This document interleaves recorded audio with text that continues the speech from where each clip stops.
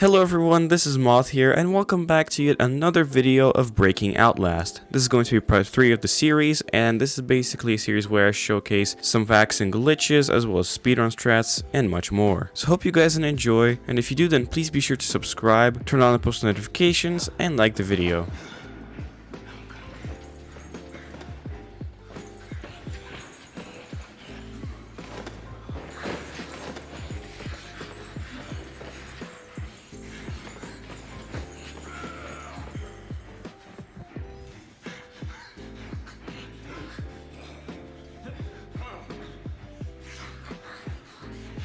So basically from my last video, I was discussing all the differences between the old and new patch of Outlast. Now I actually discovered something really interesting, and I actually wanted to show this in the last episode, but I thought that it would become way too long and boring, so that's why I'm presenting it today in this video, and that is the prison block demo. Most of you guys probably don't know, but if you go into the game files, and also be sure that you actually have the old patch installed, you'll see a line of code that is called b-is-demo. Simply change it to true instead of false. Once you've done that, save the file and launch Outlast. Without doing anything else, just press new game and you will appear to be spawning inside the prison block, Father Martin's former cell. Now nothing really different happens throughout the entire demo, but there's one difference I want to talk about, and that there's no necrophiliac just as we climb up onto the second floor of the prison block. Normally he's there, but he's not. After all that, once we get to the big cesspool with Chris Walker in the sewers, we climb up the ladder, and the game simply rolls the credits.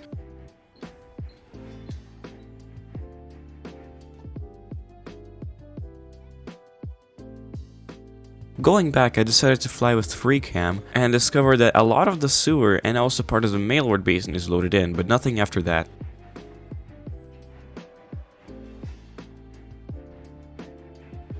Pretty cool. For whatever reason, if you enter the second leftmost cell in the D block of the prison block, the AI of the straitjacket patient will actually get confused on where to follow you once you hide under this bed, resulting in him entering the cell next to you on the left, which is normally locked, and therefore allowing you to get by him just as he opens it.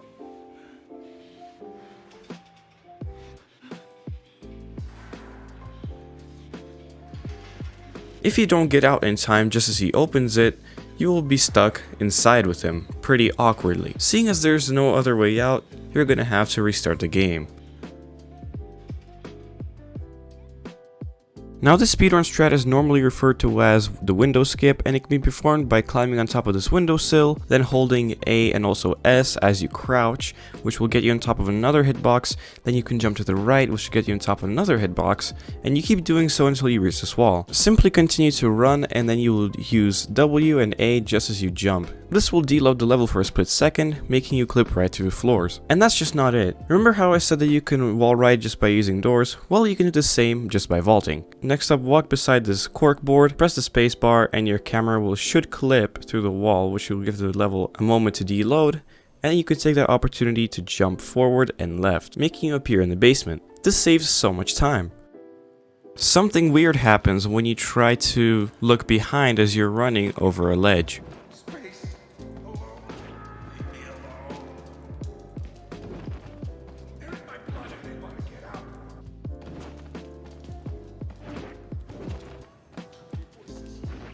I am unsure as to why, but in the Whistleblower DLC, in the exit chapter of the mail ward, just above Trager's elevator where he dies, you can actually find a key that is never used. It's unknown as to why this is here in the first place. Perhaps it could act as some kind of placeholder, but this is also relevant in the main game. In the Return to Admin chapter, on the first floor where Chris Walker's monitoring room is, you can find a key card that is never used, even though it's there. And we can't normally access this part, because if we look at the administration block chapter of Chris Walker's monitoring room, we can see that this key card does not exist. Supposedly it's hid under this flower pot. We just never intended to use it.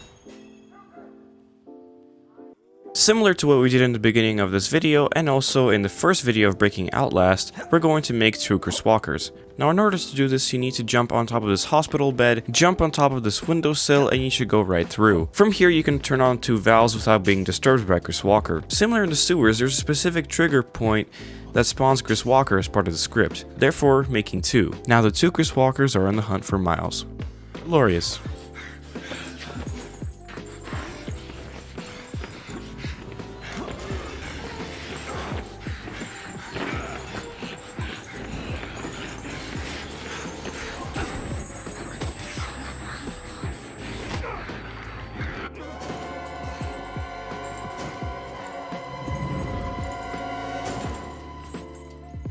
Interestingly, every single patient in the asylum is color-coded to a specific section of the asylum. A few examples can be the prison block, where you can see them wearing orange jumpsuits with an addition of extra restraints and or handcuffs, while in the male ward they're color-coded into blue jumpsuits. This is of course to signify which ward or block they're specified to be in, orange being prison, blue being male ward, and green being either miscellaneous or perhaps hospital. Not only that, but the same logic applies to the orderlies of the asylum. However, they can be seen anywhere, so it's not exactly confirmed. The first time we see Dennis in the attic, he wears an orange jumpsuit, and this repeats until later on when we meet him, he wears a green jumpsuit, which makes no sense. But recently, a close friend of mine told me that this could be part of his bipolar disorder, which would prove his theory of him changing jumpsuits later on.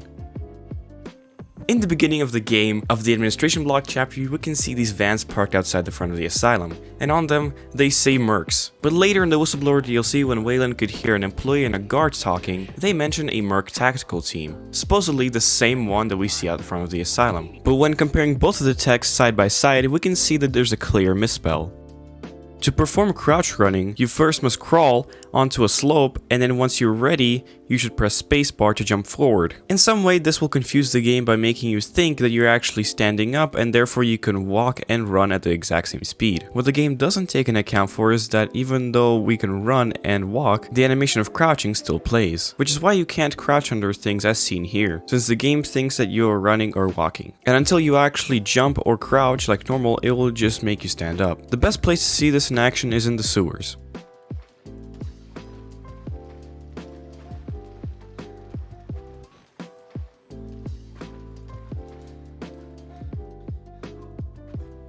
After escaping the restraints that Dr. Trager has put Miles in after taking him captive, we are met with Mr. Langen, an executive of Mount Massive Asylum before he was committed as a patient. After what feels like an internal speech, Richard Trager finally makes up his mind and decides to come in and confront Mr. Langen. If Miles disturbs Richard Trager in the midst of it, and then loses him, he will go back doing whatever action he has unfinished. You can keep doing so long as he doesn't finish the animation.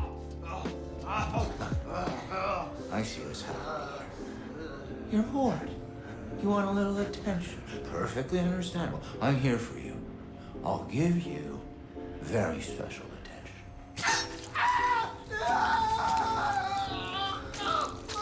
Buddy!